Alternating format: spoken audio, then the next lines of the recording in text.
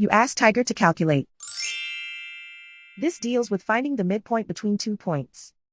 The midpoint between the 2 points is negative 10.5, 45.5. Let's solve it step by step. Plot the 2 points and calculate the midpoint using the formula. The coordinates of point 1 are, x1 equals negative 3, y1 equals 32. The coordinates of point 2 are, x2 equals negative 18, y2 equals 59. PM represents the midpoint of the 2 points.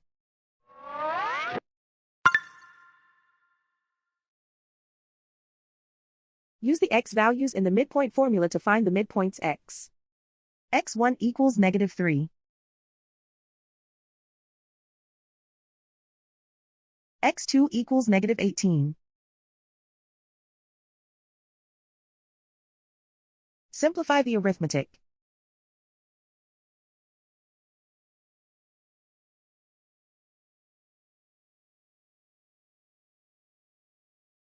Use the y values in the midpoint formula to find the midpoints y. y1 equals 32.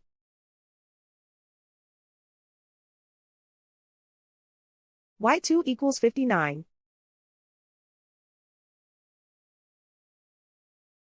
Simplify the arithmetic.